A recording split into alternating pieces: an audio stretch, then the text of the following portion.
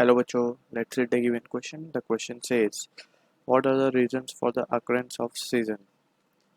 So इस question का जो key concept we need to understand is the concept of Earth's rotation.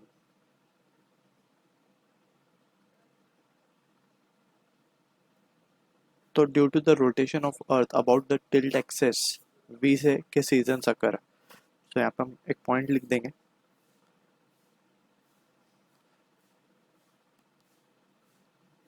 The rotation of Earth about its tilted axis causes seasons. अब इसको समझते हैं किस तरीके से. लेट सपोज ये हमारा अर्थ है. इसको जस्ट अभी हम एक यहाँ पे पहले उसका टिल्ट एक्सिस के बारे में समझते हैं. ये हम मानते हैं कि ये इसकी एक्सिस है, बीच में से पास हो रही है. अब अर्थ जो है इस एक्सिस के अबाउट रोटेट नहीं करता, but it rotates about this axis. वो इस एक्सिस के अबाउट रोटेट करता है, बट ना कि इस एक्सिस के अबाउट, जो कि टिल्टेड है एट एन एंगल 23 डिग्री. तो ये चीज़ हमें यहाँ पे समझनी होगी कि रोटेशन जो है वो इस एक्सिस के अबाउट है, ना कि इस एक्सिस के. तो इससे फ़र्क क्या पड़ेगा? This causes the seasonal changes. अब जैसे फॉर एग्जांपल अगर हम बात करें, पहले हम इसको फर्दर यहाँ पे और कुछ चीज़ें भी दिखा सकते हैं. ये हमारा इक्वेटोरियल रीजन है, ऊपर हमारा नॉर्दर्न हेमिस्फीयर है, नीचे हमारा सदर्न हेमिस्फीयर है. ठीक है. अब हम देख सकते हैं कि सिचुएशन क्या बन सकती है. यहाँ पे अगर हम मान लें कि ये हमारा सन है बीच में, दिस इज द सन. ठीक है. इसकी जो लाइट रे है वो हर जगह जाएगी. ठीक है. अब हम कंसिडर करते हैं कि 3-4 पोजीशन हम ले लेते हैं अर्थ की वाइल ऑर्बिटिंग अराउंड द सन. एक यहाँ पे होगा, इस एक्सिस के अबाउट रोटेट कर रहा होगा. एक जब वो यहाँ पे आएगा, इस एक्सिस के अबाउट. एक जब वो यहाँ पे आएगा, टिल्टेड एक्सिस के अबाउट रोटेट कर रहा है ये. ठीक है. एक जब वो यहाँ पे आएगा. ठीक. ये उसके हम मान ले रहे हैं कि ये ऑर्बिट्स है, जिसके अंदर वो अर्थ जो है सन के अराउंड में क्या कर रहा है, रिवॉल्व कर रहा है. ठीक है. अब यहाँ पे अगर हम ध्यान से देखें, ये इक्वेटोरियल लाइन हमने ड्रॉ कर दिया. तो यहाँ पे हम अगर देखें तो नॉर्थ सदर्न हेमिस्फीयर जो है सन के नज़दीक है, लेकिन नॉर्दर्न हेमिस्फीयर सन से दूर है. ठीक है ना. तो इस केस में क्या होगा, नॉर्दर्न हेमिस्फीयर में क्या चल रहा होगा, विंटर चल रहा होगा, राइट. वेरस सदर्न हेमिस्फीयर में क्या चल रहा होगा, यहाँ पे चल रहा होगा समर, क्योंकि ये सन के नज़दीक है, तो यहाँ पे ज़्यादा लाइट फॉल हो रही होगी, ज़्यादा हीट आ रही होगी सन की. ठीक है. वेरस अब हम जब इस तरीके से यहाँ पे जाएंगे, ठीक है, तो यहाँ पे अब हम देख सकते हैं कि जो विंटर है, विंटर के बाद जो सीज़न हमें मिलता है वो मिलता है स्प्रिंग. ठीक है. तो नॉर्दर्न में अब स्प्रिंग चल रहा होगा, नॉर्दर्न साइड में अब स्प्रिंग चल रहा होगा. बेसिकली स्प्रिंग जो है वो विंटर से समर में जाने वाला जो सीज़न बीच में हमें मिलता है, उसे हम कहते हैं स्प्रिंग सीजन. ठीक है. वेरस सदर्न में क्या चल रहा होगा, सदर्न अब सदर्न में विंटर आने वाला है, तो यहाँ पे चल रहा होगा ऑटम. तो बस ये हमें याद रखना है आप. वेरस अब जब हम इस तरफ आ जाएंगे तो अब हम यहाँ पे देख सकते हैं कि अब जो है नॉर्दर्न नज़दीक है, सदर्न दूर हो चुका है. तो नॉर्थ में अब समर आ चुका है.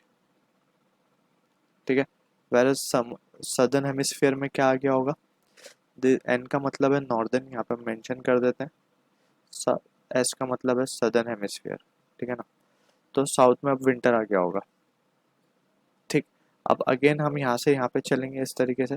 तो अब हम समर से जा रहे हैं, तो समर के बाद जो सीज़न नॉर्थ में अब आएगा, नॉर्थ में जो सीज़न आएगा वो आ जाएगा अब ऑटम. समर के बाद आता है ऑटम. ठीक है. वेरस सदर्न हेमिस्फीयर की जब हम बात करेंगे तो इसमें अब आ गया होगा spring season. And again the process continuous. इस तरीके से we have different seasons in a year. So this is how the rotation of earth about its tilted axis causes season. ठीक है. So यहाँ पे we can mention a few points like when northern hemisphere is close to sun,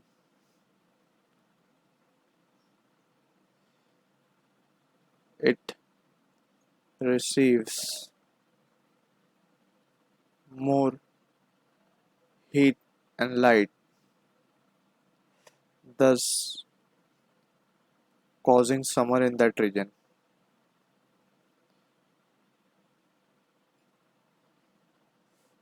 And winter in southern hemisphere. Southern hemisphere. So this will be the case. और जब and vice वर्सा भी लिख देंगे हम यहाँ पे, यानी कि इसका मतलब ये है कि जब सदर्न हेमिस्फीयर सन के नज़दीक होगा, जैसे कि ये केस में हम देख सकते हैं, तो समर कहाँ पे होगा, सदर्न हेमिस्फीयर में होगा और नॉर्दर्न में विंटर होगा. तो यहाँ पे हमने जो पॉइंट लिखा है उसमें वाइसा वर्सा हमने मेंशन कर दिया. When northern hemisphere is close to sun it receives more heat and light thus causing summer and winter in southern hemisphere and vice versa. ठीक है. एंड बस एक चीज़ अब यहाँ पे याद रखनी है, वेल विंटर के बाद जो सीज़न आएगा वो हमें मिलता है स्प्रिंग सीजन. ठीक है ना. Spring season comes after winter and जो ऑटम होता है वो बिफोर समर हमें मिलता है. ठीक है ना.